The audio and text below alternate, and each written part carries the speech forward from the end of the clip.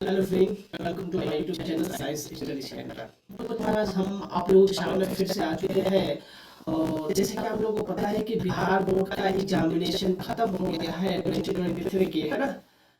तो हम लोग आप लोगों के सामने फिर से आए हैं और इस बार जो है 2023 का तो एग्जाम समाप्त है, लेकिन इस बार जो है हम लोग एक नए उमंग के साथ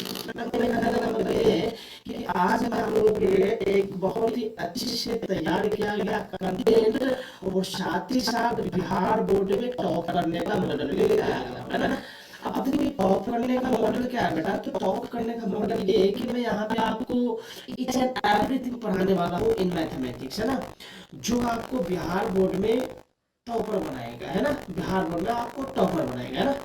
होना ये है कि हम लोग आज से एक रेगुलर क्लास की शुरुआत कर रहे हैं। ये वो क्लास होने वाली है जो क्लास आपका, है ना, बहुत ही अच्छे से शानदार और जानदार तरीके से आपका, है ना, आपका ये लेक्चर शूट किया गया है ना। बहुत ही शानदार तरीके से ये क्लासेस को हम लोग देखने वाले हैं और पूरे 12 क्लास के सिलेबस को, है ना, एकदम से सीरियल वाइज कंप्लीट करने वाले हैं। सो आप लोग कंटिन्यू वीडियो को देखेंगे और डेली हमारे से क्या हो जाएंगे, कनेक्ट हो जाएंगे और हम लोग डेली आप पढ़ लेंगे और बहुत ही शानदार शानदार तरीके से कंसेप्ट को सीखेंगे। और देखो एक चीज और मैं ला दे हूँ आप लोगों के लिए, पीडीएफ की भी व्यवस्था अवेलेबल है ना।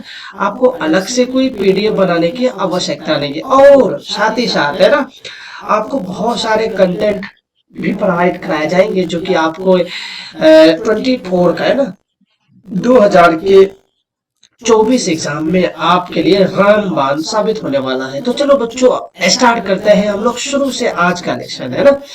जैसे कि आपको पता है कि अलजेब्रा अलजेब्रा जो है हम लोग बचपन से पढ़ते आ रहे हैं। अलजेब्रा को हम लोगों ने अपने फैमिली मेंबर जैसा बना लिया है मैथमेटिक्स की भाषा में अगर बात करें तो, है ना। मैथमेटिक्स में अलजेब्रा को हम लोग अपने, है ना, मतलब रगो रगो में बसाया है ना। आरबीसी में बसा रखा है, ब्लड में। ठीक है, अलजेब्रा क्योंकि हम लोग इतना बचपन से पढ़े हैं कि काफी, है ना, अच्छे से हम लोगों ने स्टडी किया, इसीलिए हम भी अलजेब्रा का ही शुरुआत कर रहे हैं, है ना। जैसे कि आपको पता है ना, और नहीं भी पता है तो मैं आपको बता रहा हूँ कि अलजेब्रा का जो दो टॉपिक है, एक का नाम है आव्यूह जो अभी मैं पढ़ रहा यहाँ पे, है ना, और दूसरे का नाम है डिटरमिनेंट दैट मींस सारणिक। तो ये दोनों पार्ट अलजेब्रा का है और लगभग 30 नंबर का क्वेश्चन, एक्चुअली में तो 15 मार्क्स के अप्रोक्सीमेट पूछता है, लेकिन जो कि आपका नंबर 200 नंबर का एग्जाम पूछा जाता है, इस लिहाज से हम बच्चों बता सकते हैं आपको कि ये 30 मार्क्स का आपके एग्जाम में पूछा जाएगा। सो बड़े बड़े ही खुशी की बात है कि हम लोग आज से, है ना, नए सीरीज की शुरुआत कर रहे हैं जिसमें कंटिन्यू हम लोग वीडियो लेक्चर, है ना, 12 क्लास को कंप्लीट करेंगे, है ना, तभी जाके दूसरा कुछ पढ़ाई होगा। ठीक है, चलिए सबसे पहले आते हैं हम लोग डेफिनेशन पर, क्योंकि देखो किसी भी चीज को जब आप स्टडी करेंगे तो डेफिनेशन को जानना बेहद जरूरी है। तो यहाँ पे आव्यूह का डेफिनेशन क्या कहता है कि mn संख्याओं के समुच्च को जब m पंक्ति और n स्तंभ वाली आयतकार सारणी के रूप में जब व्यवस्थित किया जाता है तो इस आयताकार सारणी को आव्यूह कहते हैं। देखो बेटा आव्यूह बहुत बड़ा चीज नहीं है यार। एक चीज होता है पंक्ति जो कि इस तरह से होता है, इसको हम लोग पंक्ति बोलते हैं ना, ध्यान से देखना। और एक होता है बेटा तुम्हारा इस तरह से जिसको हम लोग स्तंभ बोलते हैं। क्या बोलते हैं? स्तंभ बोलते हैं ना। एक होता है पंक्ति, दूसरा होता है स्तंभ। पंक्ति जो होता है वह देखो इस तरह से, इसको इंग्लिश में रो बोलते हैं और इसको इंग्लिश में कॉलम बोलते हैं। सो ये हो गया हमारा पंक्ति और स्तंभ की कहानी, है ना। तो याद रखिएगा जब भी लेटा होगा पंक्ति और जब भी खड़ा होगा स्तंभ होगा, है ना। तो mn संख्या के समुच्चय, अब समुच्चय के बारे में क्लास 11th में हम लोगों ने पढ़ा है कि समुच्चय क्या होता है। सेट, है ना, सबसे पहला lesson he a collection of well defined object is called set, है ना। सुपरिभाषित वस्तुओं के संग्रह को समुच्चय कहा जाता है। देखो बच्चों, तो आप लोगों ने अगर समुच्चय नहीं पढ़ा हो तो मैं एक बार विनती करूंगा आपसे समुच्चय के बारे में जानिएगा थोड़ा सा, क्योंकि ज्यादा तो जानकारी नहीं चाहिए अपने को, बट लाइटली थोड़ा सा चलेगा। बस ये दो चीज याद रखना, एक पंक्ति और दूसरा स्तंभ, है ना। पंक्ति को रो बोलेंगे, स्तंभ को कॉलम बोलेंगे ना। शॉर्टकट में देखिए आर से लिखा जाता है और ये सी से लिखा जाता है, ये बार बार आपको आएगा। अब देखो ये जो ना, इसको हम लोग क्षैतिज रेखा भी बोलते हैं ना बेटा, क्षैतिज, है ना। और इसको बोलते हैं उदग्र, है ना, हॉरिजॉन्टल एंड वर्टिकल।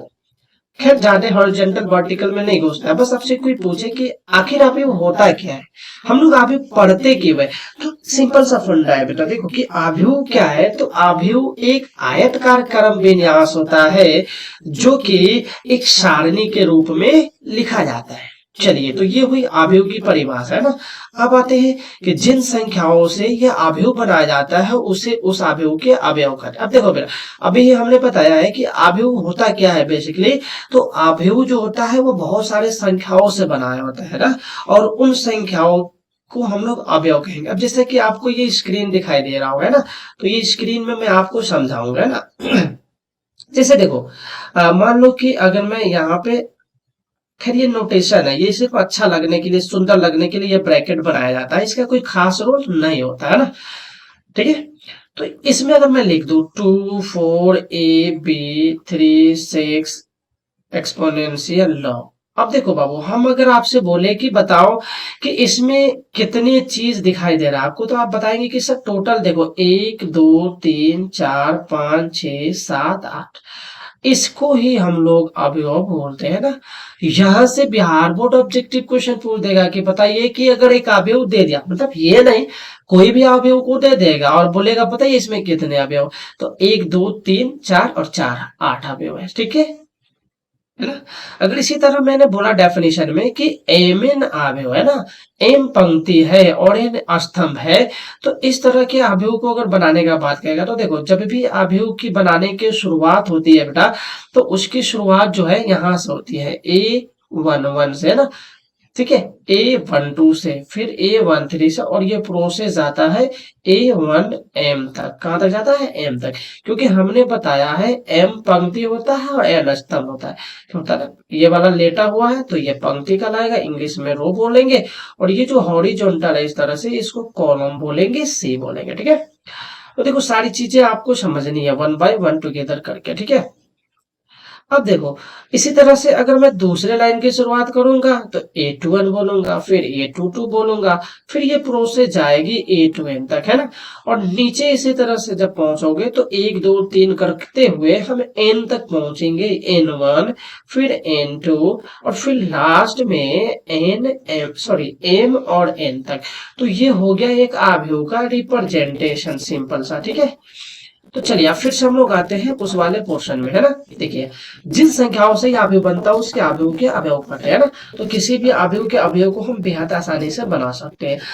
अब देखो सबसे इंपॉर्टेंट बात देखो बेटा ये है कि अवयव का कोटि क्या होता है ना। तो देखिए, इसका भी डेफिनेशन हमने लिख दिया आप लोगों को सामने, कि अवयव का कोटि भी आप बड़े ही आराम से लिख सकते हो, है ना। अवयव का कोटि क्या होता है, तो यदि किसी अवयव में m पंक्ति और n स्तंभ हो तो उसे mn कोटि का अवयव कहते हैं। अगर m पंक्ति हो, n स्तंभ हो, तो mn कोटि का अवयव कहेंगे। जैसे कि आपको ये उदाहरण में दिखाई दे रहा होगा, एग्जाम्पल में दिखाई दे रहा होगा कि ये जो मैंने एक मैट्रिसेस लिया है, मैट्रिक्स को सिर्फ ये कोष्टक या ये कोष्टक या एक और कोष्टक ये लिख लो, ये वाला कोष्टक, सिर्फ हम लोग इसको अच्छा लगने के लिए लिखते हैं ताकि हमें पता चले कि ये किस चीज का नोटेशन, आखिर अपन यहाँ पे जो कार्यक्रम, जो क्रियाकलाप कर रहे हैं वो क्या कर रहे हैं। ठीक है ना। अब देखो इसमें काउंट करो, देखो 1 लेटा, 2 लेटा, 3 लेटा, तो 3 लेटा को ऐसे लिख दिए। और फिर देखो हॉरिजॉन्टल कितने लाइन है बेटा, तो हॉरिजॉन्टल 2 लाइन है ना, एक लाइन ये, दूसरा लाइन ये, तो 3:2। तो हम बोलेंगे सर इस अवयव का जो कोटि है वो 3:2 है। और लगे हाथ एक चीज और बता सकते हैं हम लोग कि इस अवयव के, किस अवयव के, इस अवयव में अवयवों की संख्या कितनी है, तो 6 है। इसको गुना करके लगे हाथ लिख देना, है ना। अब ये देखो तुम लोगों के लिए हलवा होगा, अब आप लोगों के लिए होमवर्क रहेगा, है ना, कि बताइए कि इस अवयव में कितने अवयव है। कमेंट सेक्शन में आप लोग हमें कमेंट करके बताएंगे, है ना, कि इस अवयव में कितने अवयव है। चलिए फिर से अब आ जाते हैं मुद्दे की बात पे। ठीक है, देखो यहाँ पे मैंने लिख भी दिया है नोट करके, है ना। नोट करके देखो, बड़ा ही शानदार तरीके से ये नोट्स बनाए गए, इसलिए बड़े ही अच्छे से आप लोग रेगुलर क्लास को फॉलो करेंगे आज से। रेगुलर वीडियो आएगी आपको, है ना, जो कि क्लास 12 का धज्जियां ला के रख देगा बिहार बोर्ड के लिए, है ना, 2024 के लिए। आप लोग कमेंट सेक्शन में एक बार जरूर बताएंगे कि क्या आपको वीडियो ये हेल्पफुल लगा या नहीं, और लगा तो कितना लगा, और इसमें किस तरह की इम्प्रूवमेंट की आवश्यकता है, तो भी आप बताएंगे हमें, मैं उसको भी इंक्लूड करूंगा इन फ्यूचर में। ओके, देखिए पहला नोटेड पॉइंट कि किसी आव्यूह का क्रम लिखते समय पहले पंक्तियों की संख्या तथा इसके बाद स्तंभों की संख्या लिखते हैं। याद रखना बेटा कि जब भी तुम आव्यूह को लिखोगे तो पहले पंक्ति को फिर स्तंभ को, ना कि पहले स्तंभ को फिर पंक्ति को। अगर आप ऐसा लिखते हैं तो आपको मिलेगा 0, लड्डू मिल के आएगा, है ना। हमेशा पहले पंक्ति तब स्तंभ, याद रखना, है ना। किसी आव्यूह में अगर मैं मान लूं कि m पंक्ति हो और n स्तंभ हो, तो इस तरह से उसके अवयवों की संख्या mn होती है, जो कि मैंने ऊपर भी बता रखा है ना। कितनी भी आव्यूह का ले लो, है ना, कोई भी आव्यूह ले लो। जैसे मैं एक बहुत लंबा चौड़ा आव्यूह ले लेता हूँ, तुम बड़े ही आराम से बता सकते हो। देखो 1 2 3 4, 2 1 3 6 9 8 7 6। तुम ना बता सकते हो इसमें दो चीज, एक तो इसके कोटि को बता सकते हो, और दूसरा जो है इसके अवयवों की संख्या को बता सकते हो। तो यह आपके लिए कमेंट सेक्शंस में इसका जवाब दीजिए, और मैं देखूंगा कि सबसे पहले कौन जवाब दे रहा है ना। सबसे पहले जवाब देने वाले को मैं आपको कुछ हेल्पफुल नोट्स शेयर करूंगा, जो कि आपके लिए काफी बेनिफिटफुल होगा। सो आगे चलते हैं हम लोग, है ना। अब आव्यूह का निरूपण, जैसे कि मैंने अभी ऊपर लिया ही था कि जब भी आव्यूह को हम लोग लिखना स्टार्ट करते हैं तो याद रखिएगा कि आव्यूह को प्राय अंग्रेजी वर्णमाला के बड़े अक्षर तथा इसके अवयवों को अंग्रेजी वर्णमाला के छोटे अक्षरों द्वारा लिखते हैं। और साथ ही साथ मैं ये बता दूं कि जब भी स्टार्ट कीजिएगा किसी भी अवयव को लिखना, तो वो पहले पंक्ति और पहले स्तंभ से शुरुआत होती है ना। जैसे यहाँ पे देखो A11 लिखने का मतलब ये हुआ कि जब ये अवयव का मैं अवयव, ए मीन्स इसके अवयव को सूचित करता है ना। ये चीज लिखा है पूरा यहाँ पे, आप इसको पढ़ सकते हो, है ना, ठीक है। अब देखो जैसे मैंने यहाँ पे A11 लिख रखा हूँ, तो A11 का मतलब क्या हुआ बेटा कि देखो ये फर्स्ट वाले को मैंने क्या बोला, पंक्ति, और सेकेंड वाले को मैंने क्या बोला, स्तंभ बोला, है ना। तो इसका मतलब ये हुआ कि जो अवयव आपने लिखा उसमें पहले पंक्ति पहले स्तंभ, है ना, पहले पंक्ति और पहले स्तंभ का बात हो रहा है। फिर यहाँ पे A12, अब देख लो ना, ये घुसो पहला लाइन में घुसे तो ये पहला रेल आ गया, और ये पहला स्तंभ हो गया, ये दूसरा स्तंभ हो गया। तो मेरे को क्या मिला, पहला पंक्ति दूसरा स्तंभ। तो A12 अगर बोल दे कोई कि बताओ पहला दूसरा पंक्ति दूसरा पंक्ति, और बोल दे कि तीसरा स्तंभ, बताओ बेटा क्या होगा। तो दूसरा पंक्ति के लिए देखो ए तो लिखना ही लिखना, बिकॉज ए में अवयव होता है तो लिखेंगे। दूसरा पंक्ति हो गया, और फिर तीसरा स्तंभ, दूसरा पंक्ति तो पहले 2 फिर 3, A2 3, या कहीं पे A2 3 लिखा हो तो इसका मतलब ये ऊपर वाला समझेंगे, है ना। तो चलिए ये कुछ चीज हो गया हमारे काम की, है ना। अब आते हैं हम लोग नीचे की ओर, है ना। हाँ, दूसरे पेज में आइए। चलिए ये कुछ हमने अवयव का निरूपण देखा, हमने अवयव का निरूपण के साथ साथ अवयव का क्रम कोटि देखा, अवयव का डेफिनेशन देखा। अब आता है बेटा अवयव के प्रकार। यहाँ से बहुत सारे क्वेश्चन पूछे जाते हैं आपके एग्जाम में, ऑब्जेक्टिव का मैं बात करूं तो खास करके अवयव का प्रकार, है ना, types of matrices. Types of matrix में जो सबसे पहला टाइप आता है बेटा उसको क्षैतिज बोलते हैं ना, क्षैतिज अवयव। क्षैतिज अवयव का परिभाषा होता है कि जिस अवयव में पंक्तियों की संख्या स्तंभों की संख्या से कम हो उसे क्षैतिज अवयव कहते हैं। अब इतना सा बात अगर आप याद रखते हैं तो आप एग्जाम में बड़े ही आराम से नंबर उठा के आएंगे। तो क्यों नहीं याद रखेंगे आप। क्षैतिज अवयव मतलब जिस अवयव में पंक्तियों की संख्या स्तंभों की संख्या से कम हो उसे क्षैतिज अवयव कहा जाता है। जैसे हम देख सकते हैं पंक्तियों की संख्या इसमें 2 है और स्तंभों की संख्या 3 है, तो हम लोग इसको क्षैतिज अवयव बोलेंगे। इंग्लिश में अगर बोले तो हॉरिजॉन्टल, है ना, हॉरिजॉन्टल मैट्रिसेस। इसी तरह से ऊर्ध्वाधर अवयव को क्या बोलेंगे, है ना, कि जिस अवयव में पंक्तियों की संख्या स्तंभों के, जस्ट इसका उल्टा। अब पहले वाला बड़ा दूसरे वाला छोटा, जैसे यहाँ पे देख सकते हो तुम बेटा 3:12। ये बड़े ही काम का है एक वर्ग अवयव, ये बहुत बार तो में आएगा, इसलिए इसको याद ही रखना है ना। जिस अवयव में पंक्तियों और स्तंभों की संख्या बराबर होती है उसे वर्गावयव कहा जाता है। और बड़ा ही इजी सा कंसेप्ट है। पंक्ति और स्तंभ की संख्या तुम देख सकते हो, दो पंक्ति है दो स्तंभ है ना।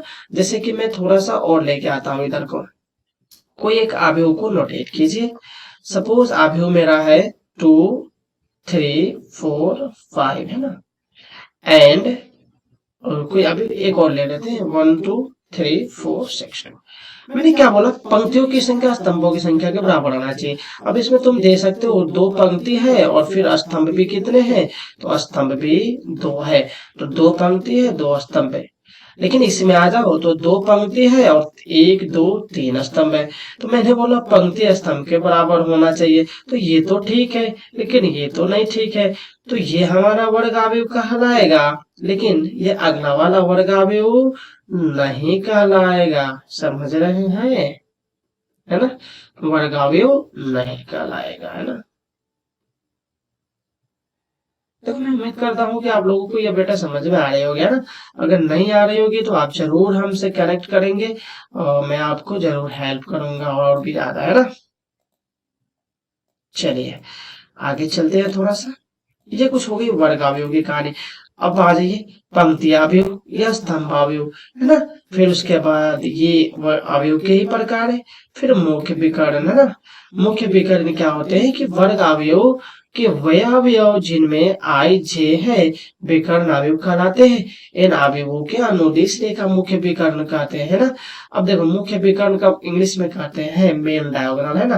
देखो जैसे यहाँ पे आप देख सकते हो, इसको हम लोग क्या कहेंगे, विकर्ण, है ना। विकर्ण अवयव, ये वाले लाइन को कॉर्नर वाले को विकर्ण कहते हैं, ठीक है। यहाँ पे देखो दर्शा भी दिया गया है, पढ़े ही आराम से, है ना। और भी कई सारे टाइप है ना। फिर हम लोग उसको कल देखेंगे और उसके साथ साथ आगे के क्लास को कंटिन्यू कल रखा जाएगा। सो आज के लिए इतना ही काफी है, फिर हम लोग मिलते हैं नेक्स्ट डे में। तब तक के लिए गुड नाइट।